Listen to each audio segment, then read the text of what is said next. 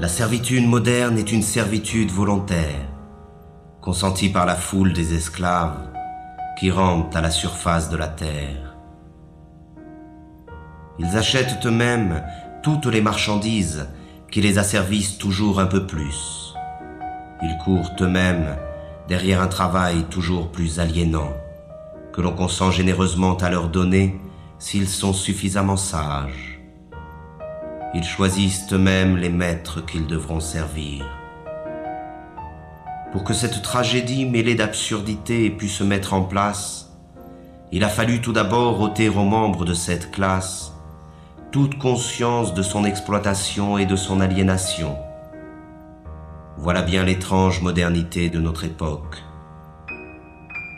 Contrairement aux esclaves de l'Antiquité, aux serfs du Moyen-Âge ou aux ouvriers des premières révolutions industrielles, nous sommes aujourd'hui devant une classe totalement asservie, mais qui ne le sait pas, ou plutôt, qui ne veut pas le savoir. Ils ignorent par conséquent la révolte, qui devrait être la seule réaction légitime des exploités. Ils acceptent sans discuter la vie pitoyable que l'on a construite pour eux. Le renoncement et la résignation sont la source de leur malheur. Voilà le mauvais rêve des esclaves modernes, qui n'aspirent finalement qu'à se laisser aller dans la danse macabre du système de l'aliénation.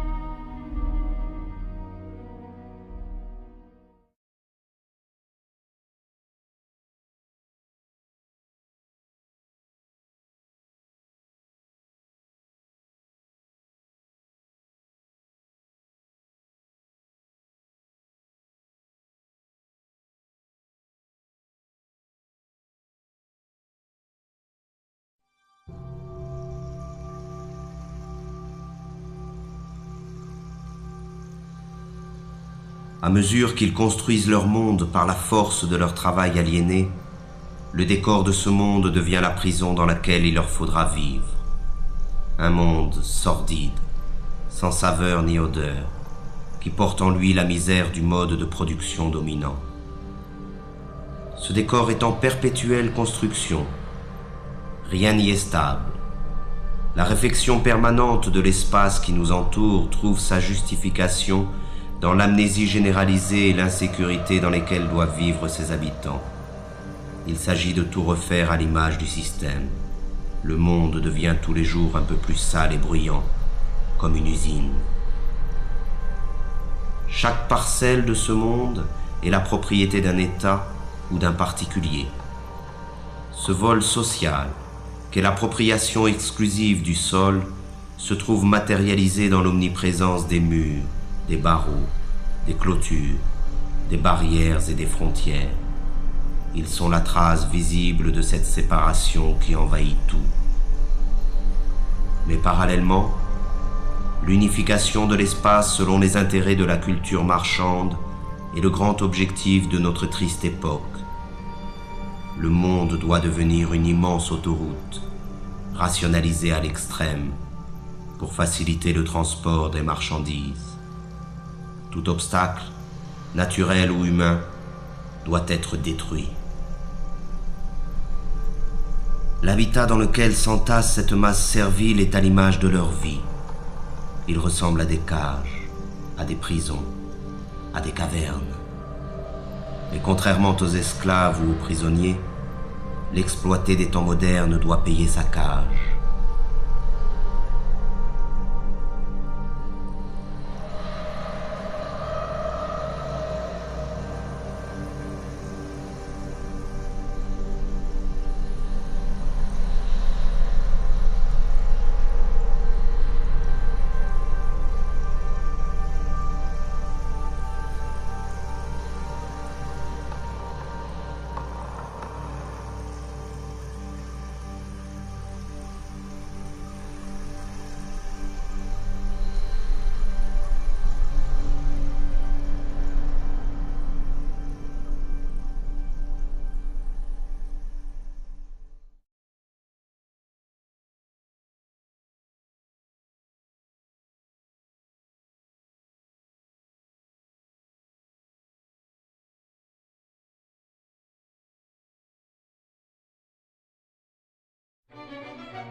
Et c'est dans ce logis étroit et lugubre qu'il entasse les nouvelles marchandises qui devraient, selon les messages publicitaires omniprésents, lui apporter le bonheur et la plénitude. Mais plus il accumule des marchandises, et plus la possibilité d'accéder un jour au bonheur s'éloigne de lui.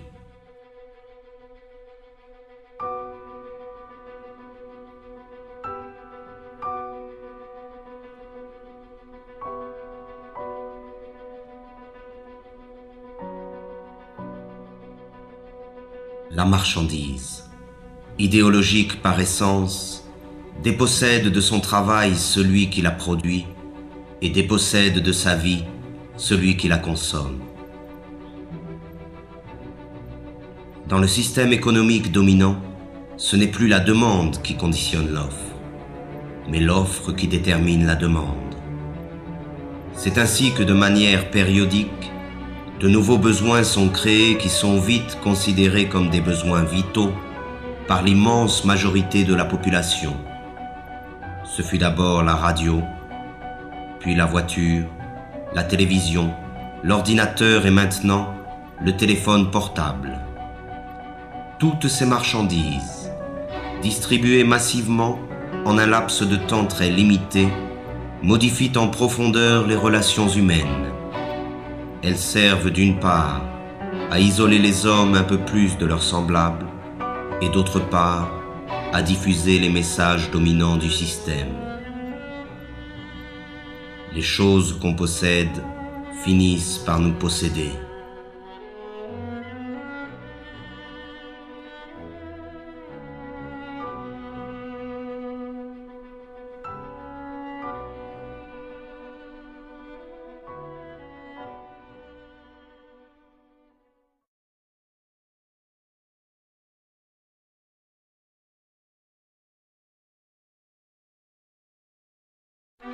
Mais c'est encore lorsqu'il s'alimente que l'esclave moderne illustre le mieux l'état de décrépitude dans lequel il se trouve.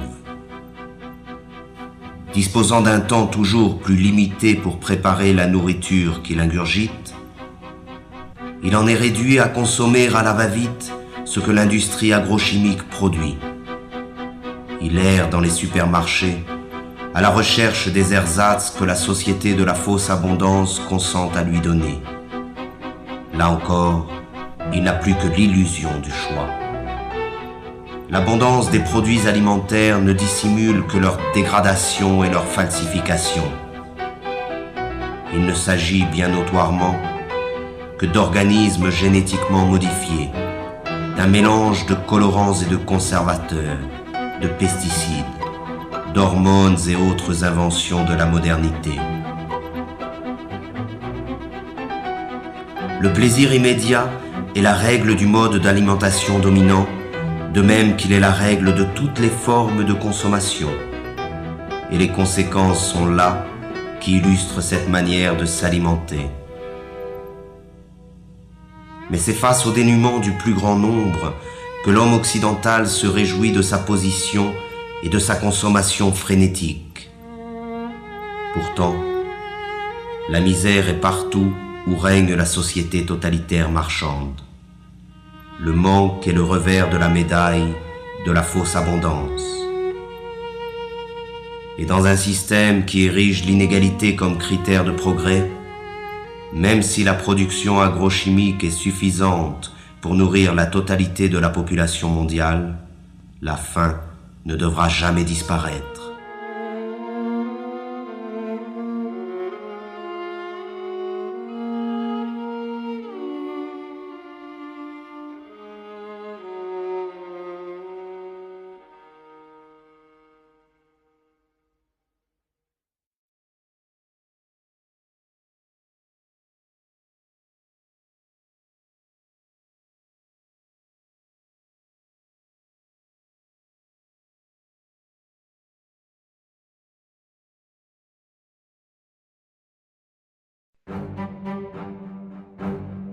L'autre conséquence de la fausse abondance alimentaire est la généralisation des usines concentrationnaires et l'extermination massive et barbare des espèces qui servent à nourrir les esclaves.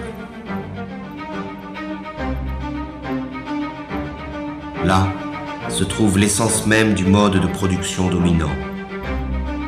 La vie et l'humanité ne résistent pas face au désir de profit de quelques-uns.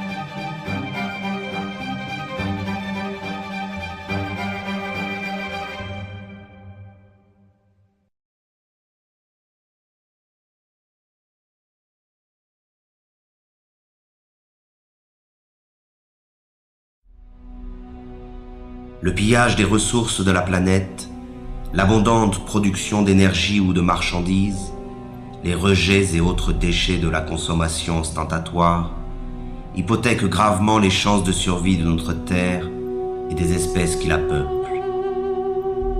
Mais pour laisser libre cours au capitalisme sauvage, la croissance ne doit jamais s'arrêter. Il faut produire, produire et reproduire encore.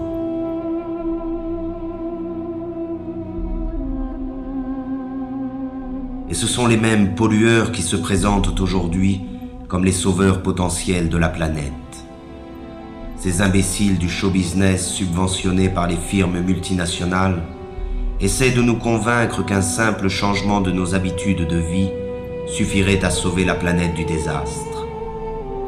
Et pendant qu'ils nous culpabilisent, ils continuent à polluer sans cesse notre environnement et notre esprit. Ces pauvres thèses pseudo-écologiques sont reprises en chœur par tous les politiciens véreux à court de slogans publicitaires. Mais ils se gardent bien de proposer un changement radical dans le système de production. Il s'agit comme toujours de changer quelques détails pour que tout puisse rester comme avant.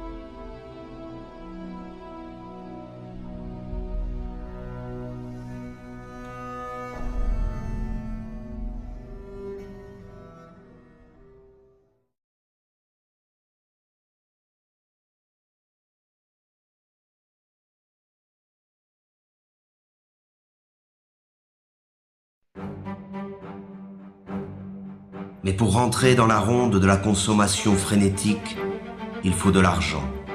Et pour avoir de l'argent, il faut travailler, c'est-à-dire se vendre. Le système dominant a fait du travail sa principale valeur. Et les esclaves doivent travailler toujours plus pour payer à crédit leur vie misérable. Ils s'épuisent dans le travail, perdent la plus grande part de leur force vitale et subissent les pires humiliations. Ils passent toute leur vie à une activité fatigante et ennuyeuse pour le profit de quelques-uns. L'invention du chômage moderne est là pour les effrayer et les faire remercier sans cesse le pouvoir de se montrer généreux avec eux. Que pourraient-ils bien faire sans cette torture qu'est le travail? Et ce sont ces activités aliénantes que l'on présente comme une libération. Quelle déchéance et quelle misère!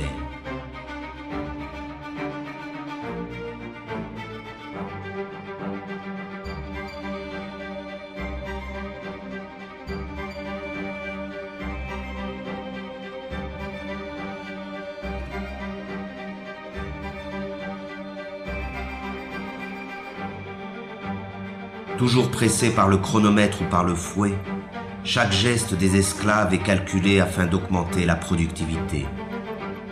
L'organisation scientifique du travail constitue l'essence même de la dépossession des travailleurs, à la fois du fruit de leur travail, mais aussi du temps qu'ils passent à la production automatique des marchandises ou des services.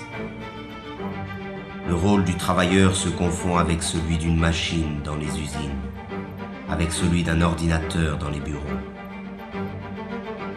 Le temps perdu ne revient plus. Ainsi, chaque travailleur est assigné à une tâche répétitive, qu'elle soit intellectuelle ou physique. Il est spécialiste dans son domaine de production. Cette spécialisation se retrouve à l'échelle de la planète dans le cadre de la Division internationale du travail. On conçoit en Occident, on produit en Asie et l'on meurt en Afrique.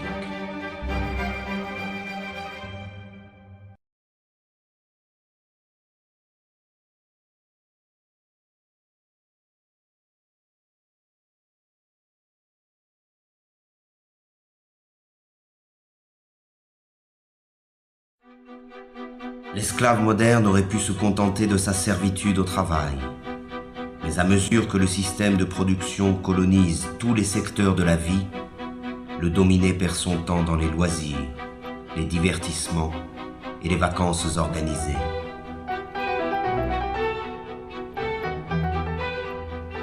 Aucun moment de son quotidien n'échappe à l'emprise du système. Chaque instant de sa vie a été envahi. C'est un esclave à temps plein.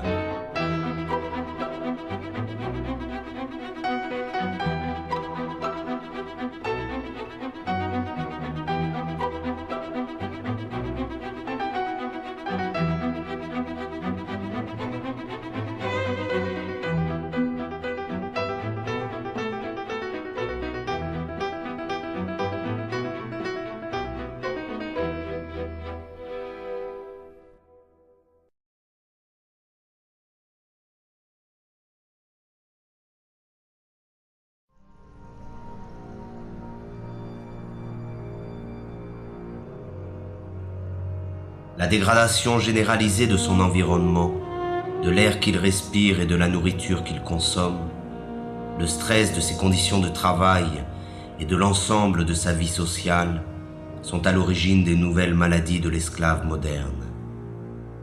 Il est malade de sa condition servile et aucune médecine ne pourra jamais remédier à ce mal.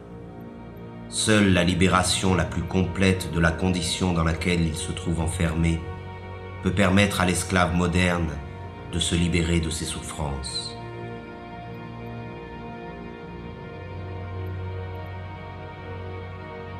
La médecine occidentale ne connaît qu'un remède face aux maux dont souffrent les esclaves modernes, la mutilation.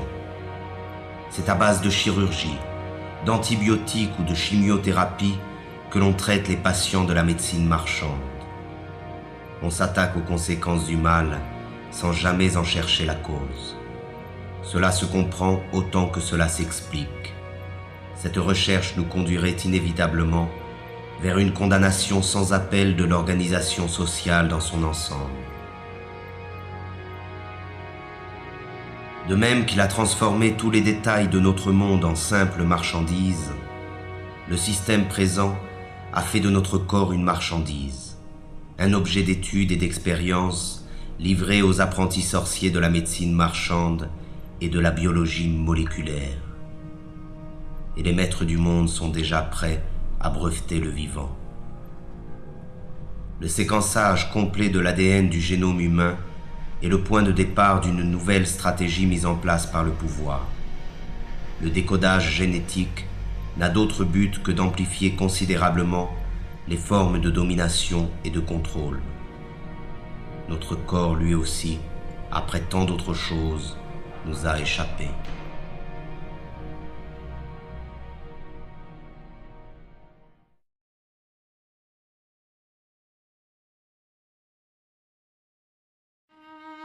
Le meilleur de sa vie lui échappe, mais il continue, car il a l'habitude d'obéir depuis toujours. L'obéissance est devenue sa seconde nature. Il obéit sans savoir pourquoi, simplement parce qu'il sait qu'il doit obéir. Obéir, produire et consommer, voilà le triptyque qui domine sa vie. Il obéit à ses parents, à ses professeurs, à ses patrons, à ses propriétaires, à ses marchands.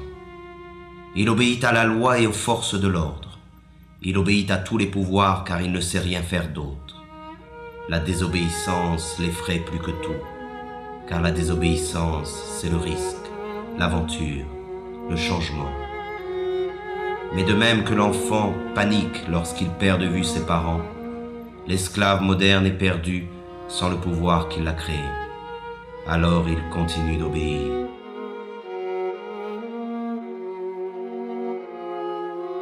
C'est la peur qui a fait de nous des esclaves et qui nous maintient dans cette condition. Nous nous courbons devant les maîtres du monde et leur police. Nous acceptons cette vie d'humiliation et de misère par crainte. Nous disposons pourtant de la force du nombre face à cette minorité qui gouverne.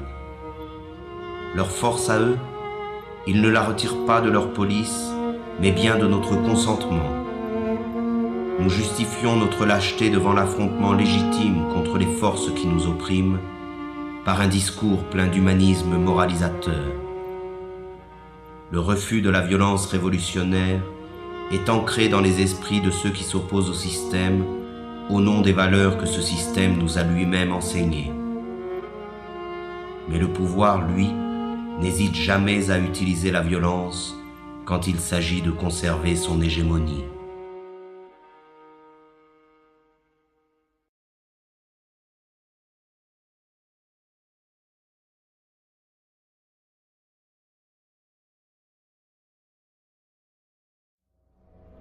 Pourtant, il y a encore des individus qui échappent au contrôle des consciences, mais ils sont sous surveillance.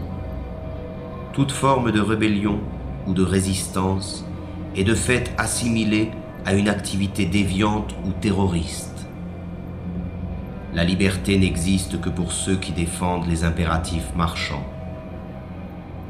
L'opposition réelle au système dominant est désormais totalement clandestine. Pour ses opposants, la répression est la règle en usage.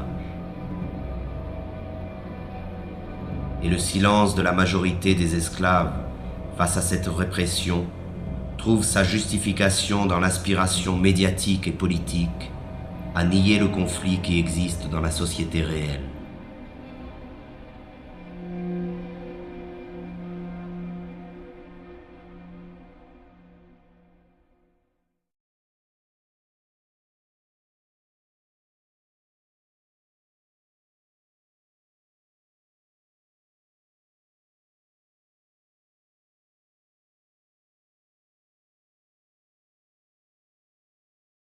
Comme tous les êtres opprimés de l'histoire, l'esclave moderne a besoin de sa mystique et de son Dieu pour anesthésier le mal qui le tourmente et la souffrance qui l'accable. Mais ce nouveau Dieu, auquel il a livré son âme, n'est rien d'autre que le néant, un bout de papier, un numéro qui n'a de sens que parce que tout le monde a décidé de lui en donner. C'est pour ce nouveau Dieu qu'il étudie, qu'il travaille, qu'il se bat et qu'il se vend. C'est pour ce nouveau Dieu qu'il a abandonné toute valeur et qu'il est prêt à faire n'importe quoi. Il croit qu'en possédant beaucoup d'argent, il se libérera des contraintes dans lesquelles il se trouve enfermé, comme si la possession allait de pair avec la liberté. La libération est une ascèse qui provient de la maîtrise de soi. Elle est un désir et une volonté en acte. Elle est dans l'être et non dans la voix.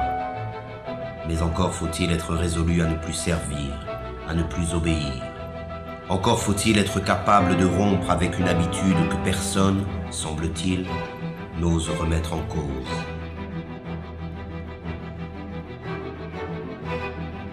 Or, l'esclave moderne est persuadé qu'il n'existe pas d'autre alternative à l'organisation du monde présent.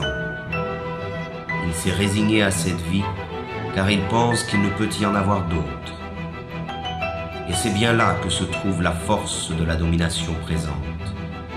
Entretenir l'illusion que ce système, qui a colonisé toute la surface de la Terre, est la fin de l'histoire. Il a fait croire à la classe dominée que s'adapter à son idéologie revient à s'adapter au monde tel qu'il est et tel qu'il a toujours été. Rêver d'un autre monde est devenu un crime, condamné unanimement par tous les médias et tous les pouvoirs. Le criminel est en réalité celui qui contribue, consciemment ou non, à la démence de l'organisation sociale dominante. Il n'est pas de folie plus grande que celle du système présent.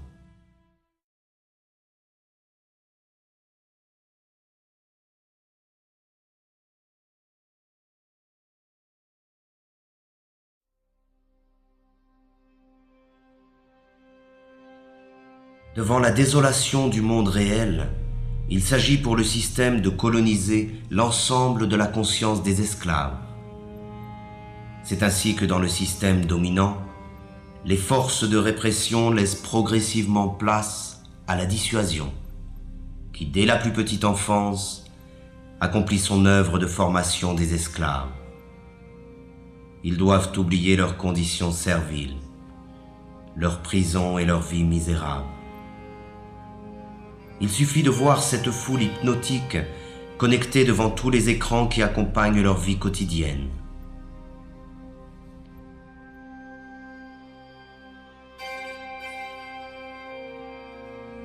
Ils trompent leur insatisfaction permanente dans le reflet manipulé d'une vie rêvée, faite d'argent, de gloire et d'aventure.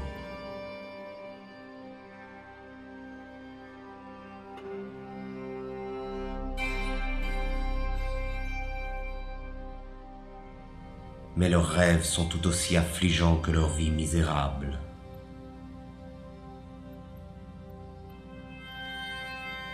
Il existe des images pour tous et partout.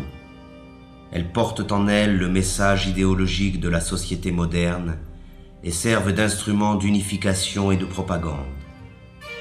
Elles croissent à mesure que l'homme est dépossédé de son monde et de sa vie.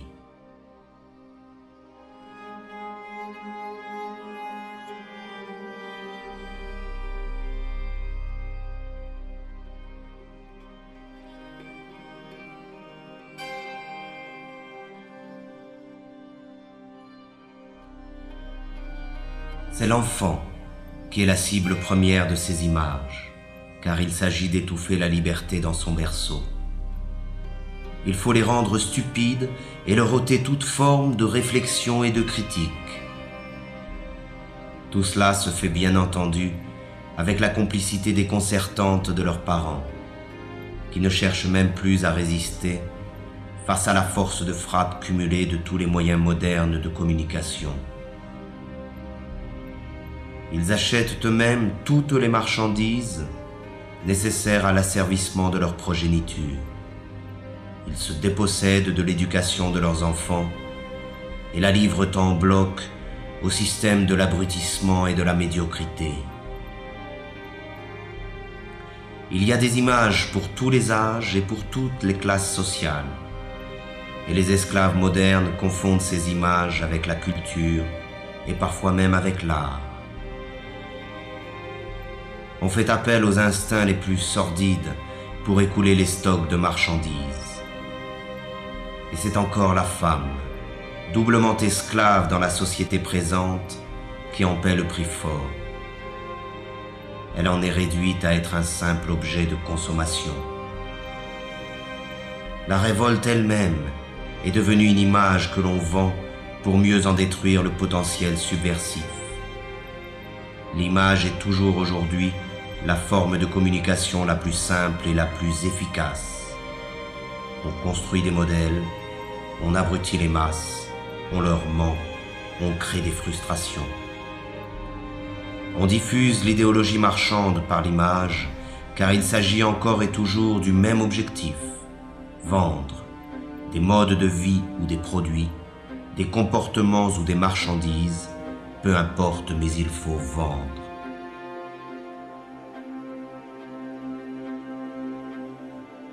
Ces pauvres hommes se divertissent, mais ce divertissement n'est là que pour faire diversion face au véritable mal qui les accable. Ils ont laissé faire de leur vie n'importe quoi et ils feignent d'en être fiers. Ils essaient de montrer leur satisfaction, mais personne n'est dupe. Ils n'arrivent même plus à se tromper eux-mêmes lorsqu'ils se retrouvent face au reflet glacé du miroir.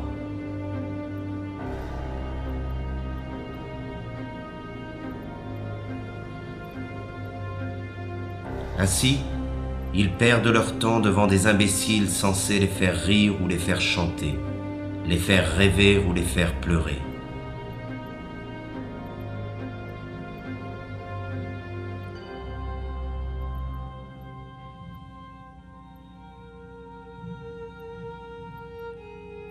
On mime à travers le sport médiatique les succès et les échecs, les forces et les victoires que les esclaves modernes ont cessé de vivre dans leur propre quotidien. Leur insatisfaction les incite à vivre par procuration devant leur poste de télévision.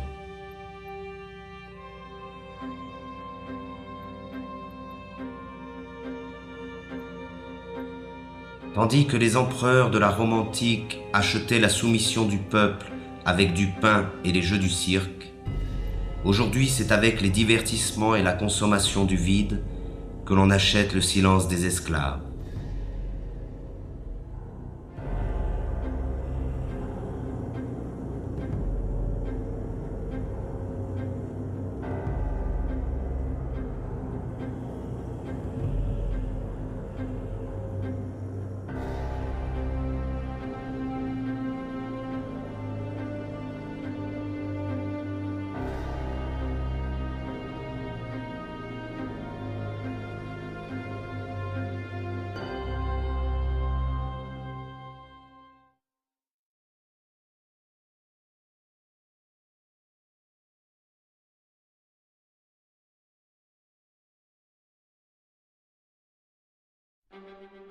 La domination sur les consciences passe essentiellement par l'utilisation viciée du langage par la classe économiquement et socialement dominante. Étant détenteur de l'ensemble des moyens de communication, le pouvoir diffuse l'idéologie marchande par la définition figée, partielle et partiale qu'il donne des mots. Les mots sont présentés comme neutres et leur définition comme allant de soi. Mais sous le contrôle du pouvoir, le langage désigne toujours autre chose que la vie réelle. C'est avant tout un langage de la résignation et de l'impuissance, le langage de l'acceptation passive des choses telles qu'elles sont et telles qu'elles doivent demeurer. Les mots travaillent pour le compte de l'organisation dominante de la vie. Et le fait même d'utiliser le langage du pouvoir nous condamne à l'impuissance.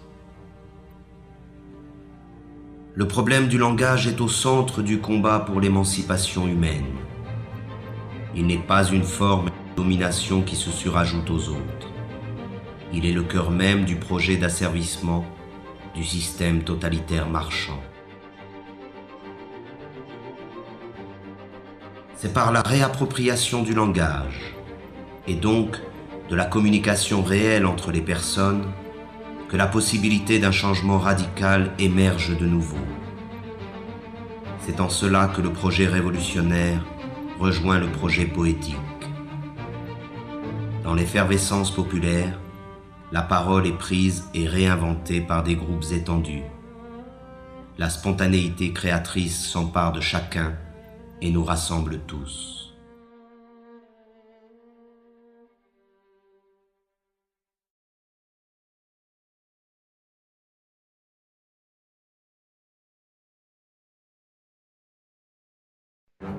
Pourtant, les esclaves modernes se pensent toujours citoyens.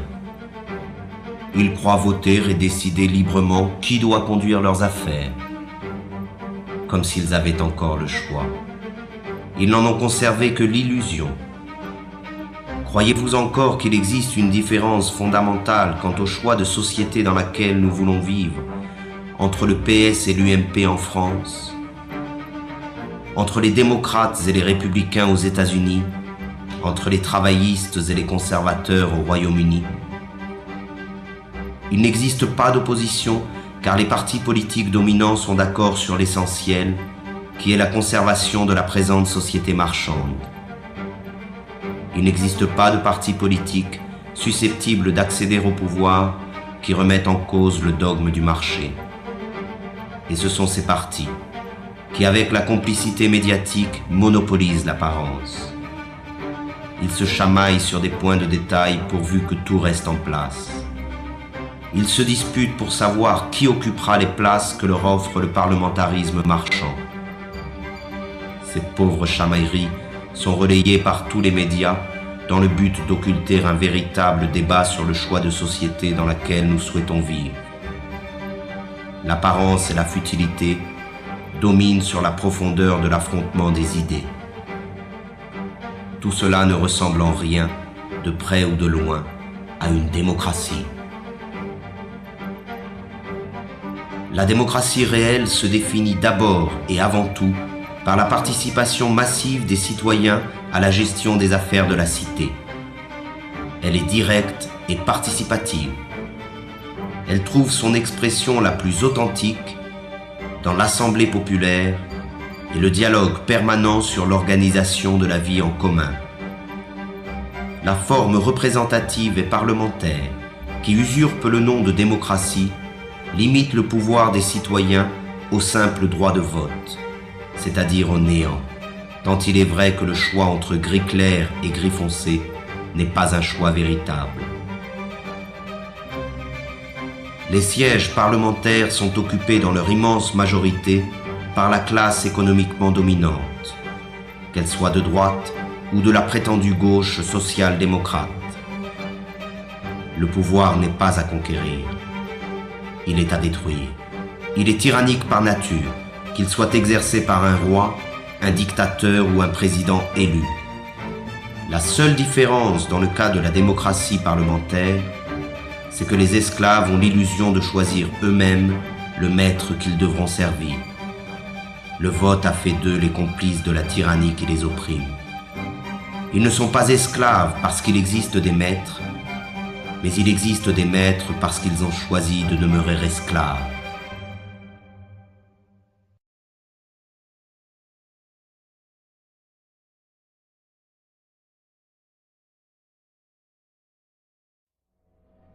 Le système dominant se définit donc par l'omniprésence de son idéologie marchande.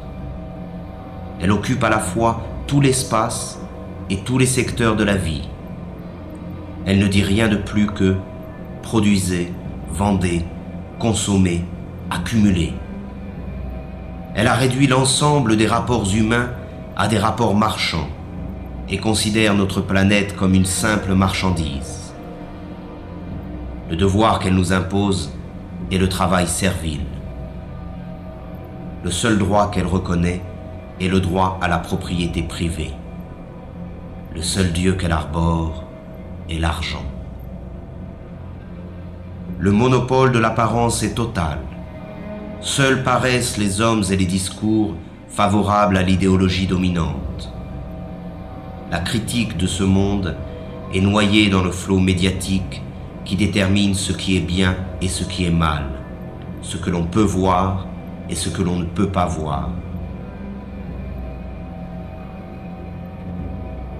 Omniprésence de l'idéologie, culte de l'argent, monopole de l'apparence, parti unique sous couvert du pluralisme parlementaire, absence d'une opposition visible, répression sous toutes ses formes, volonté de transformer l'homme et le monde. Voilà le visage réel du totalitarisme moderne, que l'on appelle démocratie libérale, mais qu'il faut maintenant appeler par son nom véritable, le système totalitaire marchand. L'homme, la société et l'ensemble de notre planète sont au service de cette idéologie.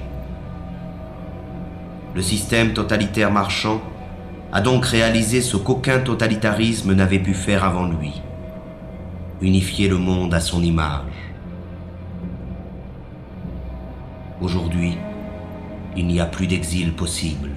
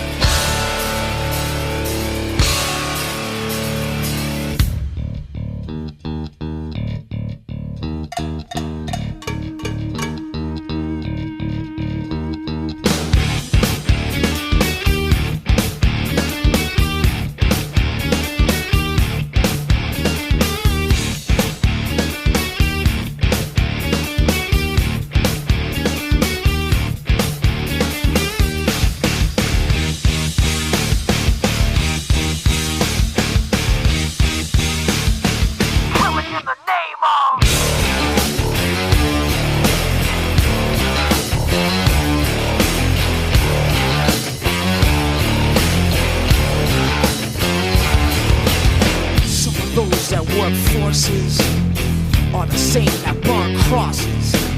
Some of those that work forces are the same that burn crosses. Some of those that work forces are the same that burn crosses. Some of those that work forces are the same that burn crosses.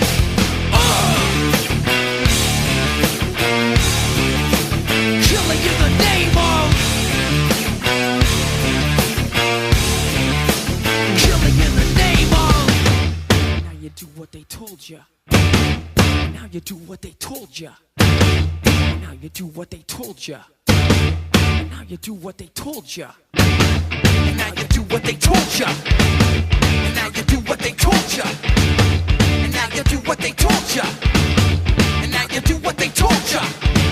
And now you do what they told ya. And now you do what they told ya. And now you do what they told ya. And now you do what they told ya. Those who died are justified. But wearing the badge and you're chosen white. You're justified. Those that died, but wearing the badge and you're chosen white. Those who died are justified. But wearing the badge and you're chosen white. You're justified. Those who died, but wearing the badge and you're chosen white. Some of those that work forces are the same that burn crosses. Some of those that work forces are the same that burn crosses. Some of those that work forces are the same that burn crosses. Some of those that work forces are the same that burn crosses.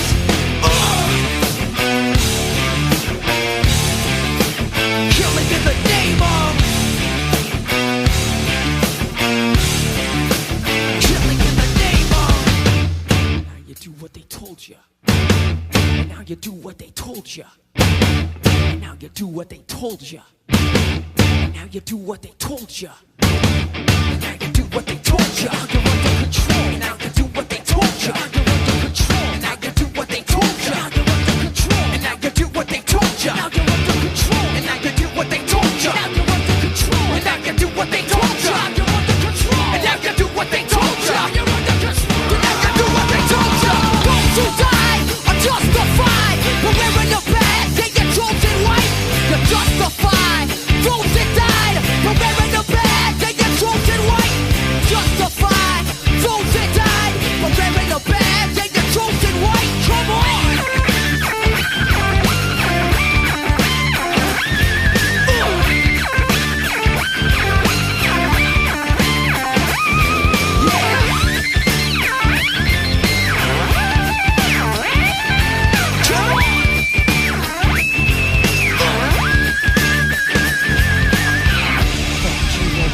What you tell me?